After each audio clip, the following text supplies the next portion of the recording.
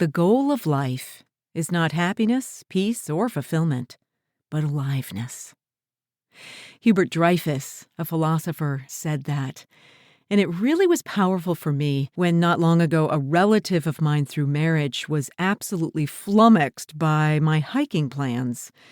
She just couldn't wrap her head around why I wanted to take a particular hike through a particular mountain range in a particularly remote country that I'd never been to. Now, I heard her comments secondhand, but the gist was, hasn't Allison done enough already? The quick response might have been, no, Allison has not done enough already. She's curious about this place and she wants to walk through it, so mind your own blankety-blank business. But with time to reflect, I realized that her question holds layers. The first layer is easy. Why take another hike when I've already taken so many? But the second layer is less obvious, and it's harder to answer. Wasn't a life filled with adventures enough? What really is enough?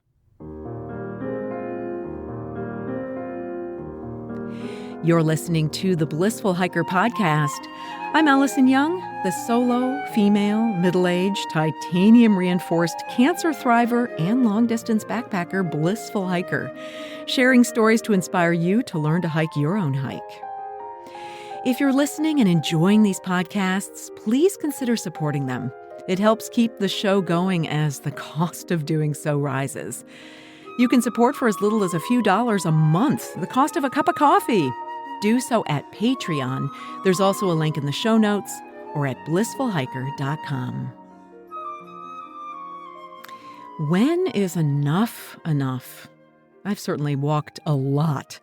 I've walked through some of the wildest places on Earth, like a lonely African escarpment under crystalline stars that were so close it felt like I could touch them. Also, I've spent weeks upon a massive glacier in the Karakoram in Pakistan, listening to the glacier sing beneath me. I've wandered through swamps, deserts, mountains, volcanoes, rivers, snowfields. How do I explain that it's all been both enough and not enough? Maybe my relative's concern wasn't just about excess. Maybe it was about danger. Yeah, I've certainly had my share. Injuries, illness, a broken bone, altitude sickness, food poisoning, and of course, all the accompanying boredom, fear, frustration, and loneliness that inevitably arises on long walks. Although I'm loath to compare myself to the English mountaineer George Mallory, his famous answer when asked why he kept trying to conquer Everest has always stuck with me.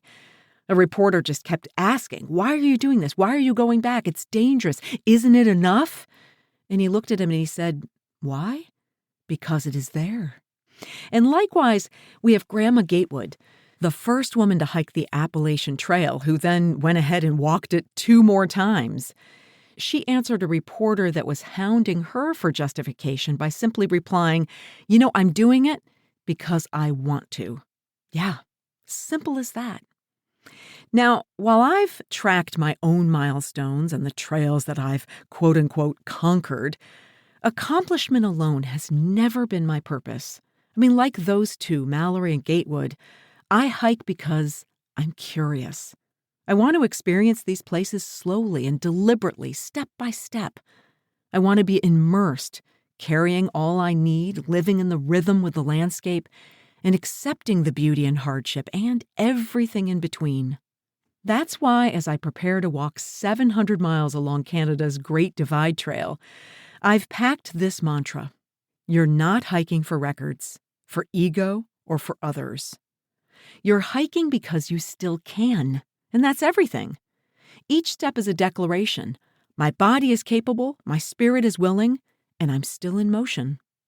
Now, there's going to come a day when this kind of journey is no longer possible. But that day is not today. Today, you hike. So the answer to my relative is I go because I want to, and also because I can. I go because life doesn't end once you've done enough.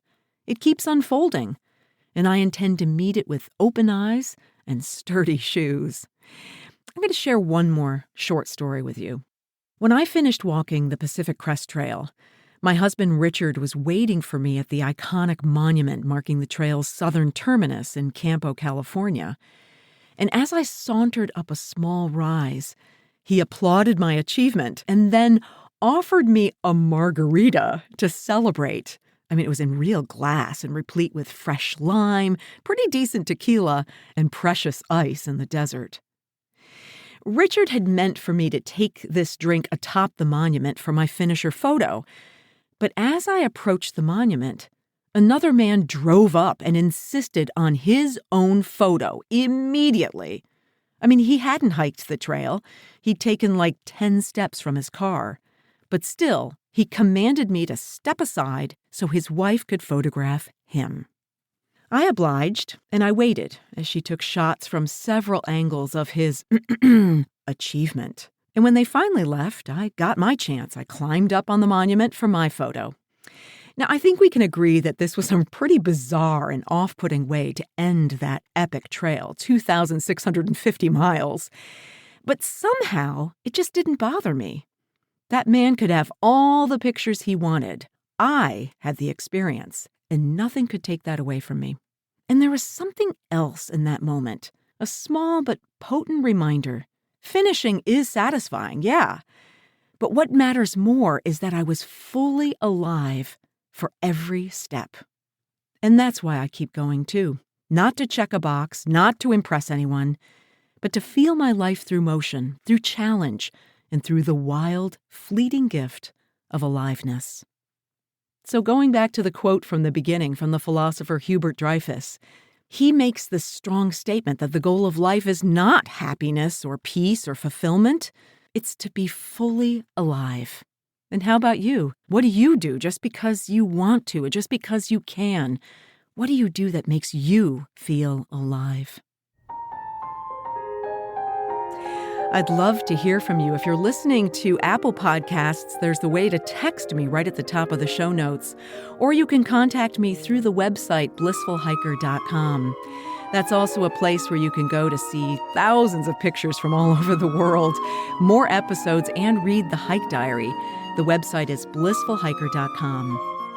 And if that mantra really interested you, I actually didn't write it. A friend of mine with Hike Like a Woman shared it with me. Actually, AI wrote it. But what a great mantra. I'm going to stick it in the show notes. And please, by all means, use it yourself. As I mentioned, next week I'm heading up to Canada to start the Great Divide Trail.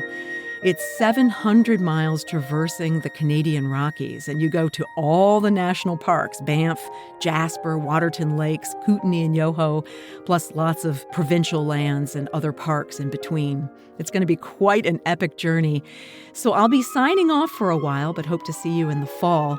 You can always find more at the website blissfulhiker.com or follow me on Facebook and Instagram @blissfulhiker.